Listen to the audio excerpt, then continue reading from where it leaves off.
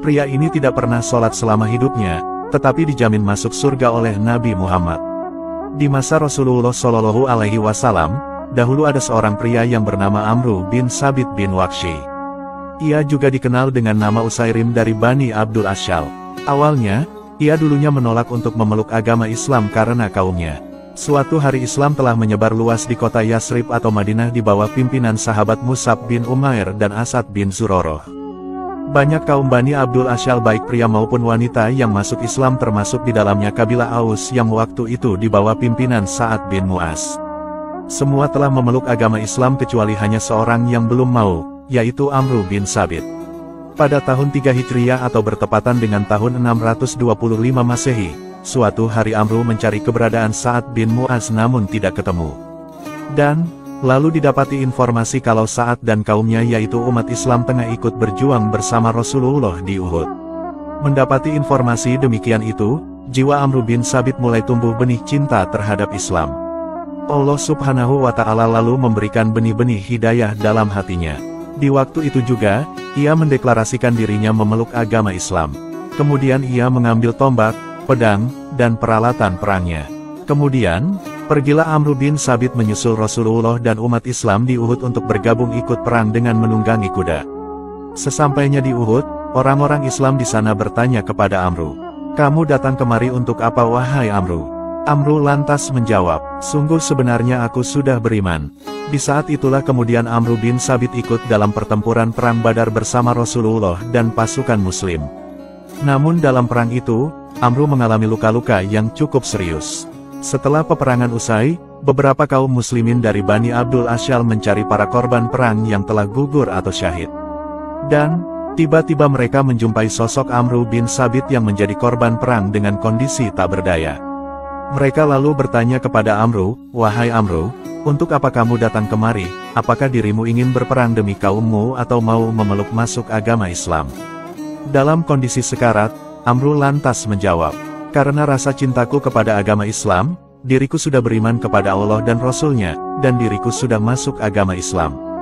Kemudian aku ambil pedangku, lalu aku maju bersama Rasulullah, dan diriku berperang sampai aku terkena serangan."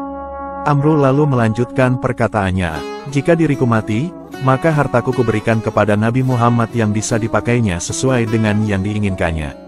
Dan tidak lama kemudian, Amru bin Sabit akhirnya menghembuskan nafas terakhirnya dan wafat meninggal dunia. Setelah itu, Nabi Muhammad SAW mendengar adanya kisah Amru bin Sabit dan berkata, "Sesungguhnya, dia adalah termasuk penghuni surga." Lalu, ada seseorang yang mengatakan bahwa Amru bin Sabit belum pernah melaksanakan sholat sama sekali. Dari sinilah kemudian Nabi Muhammad bersabda, "Amalan sedikit dan pahala banyak." Kisah ini memang terdengar sangat mengganjal di telinga kita, di mana ternyata ada orang-orang yang sama sekali tidak pernah melaksanakan sholat 5 waktu, tetapi Allah masukkan mereka ke dalam surga. Namun, ada juga kisah orang-orang yang rajin sholat, rajin sedekah, rajin puasa, rajin beribadah, tetapi Allah malah memasukkan mereka ke dalam neraka. Kisah ini menjadi bukti kalau amal ibadah seseorang tidak menjamin dirinya bisa masuk ke dalam surga. Hanya Allah Subhanahu wa Ta'ala lah yang berhak memutuskan nasib para hamba-hambanya dengan rahmatnya di akhirat kelak. Hanya Allah yang mampu mengetahui perilaku dan hati para hamba-hambanya. Rasulullah Shallallahu Alaihi Wasallam pernah bersabda, "Amal seseorang tidak akan memasukkan seseorang ke dalam surga." "Engkau juga tidak wahai Rasulullah?" tanya beberapa sahabat. Beliau menjawab, "Aku pun tidak, itu semua hanyalah karena karunia dan rahmat Allah."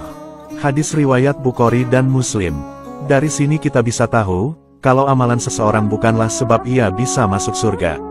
Namun, amalan itu bisa menjadi sebab tingginya derajat seseorang di surga. Seseorang bisa masuk surga adalah karena sebab rahmat Allah Subhanahu wa Ta'ala. Selain kisah di atas, ada kisah yang aneh tapi nyata, yaitu adanya seorang yang rajin sholat dan beramal baik, tetapi malah Allah masukkan ia ke dalam api neraka.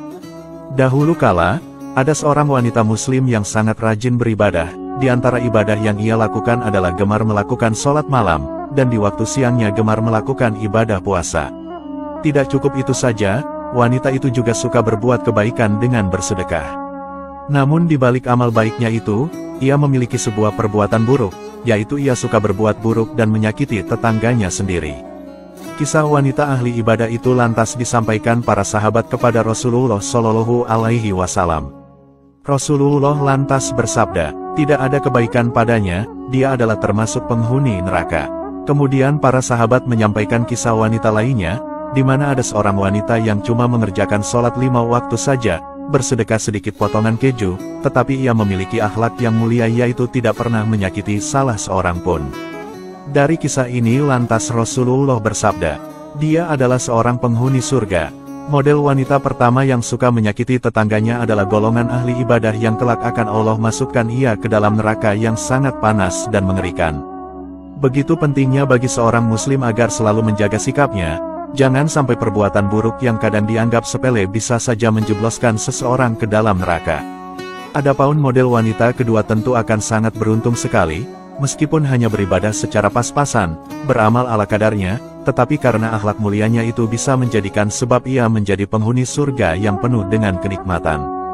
Dari kisah di atas bukan berarti kita tidak usah beribadah atau beramal banyak. Tetapi, kisah tadi hanya untuk evaluasi diri kita sendiri agar selalu beramal kebaikan dan menghindari setiap amal keburukan. Hanya Allah Subhanahu wa Ta'ala yang bisa memasukkan para hamba-hambanya ke dalam surga dengan rahmatnya. Jadi, amal ibadah seseorang tidak bisa menjadi jaminan ia masuk ke dalam surga. Tetapi, amal ibadah bisa menjadikan sebab kita memperoleh derajat tinggi di surga. Karena jelas, amal ibadah seseorang tidak akan bisa ditukar dengan kenikmatan surga. Amal ibadah seorang selama 80 tahun misalnya, tentu tidak sebanding dan tidak bisa ditebus dengan nikmat surga yang abadi selamanya. Semoga kisah ini bermanfaat.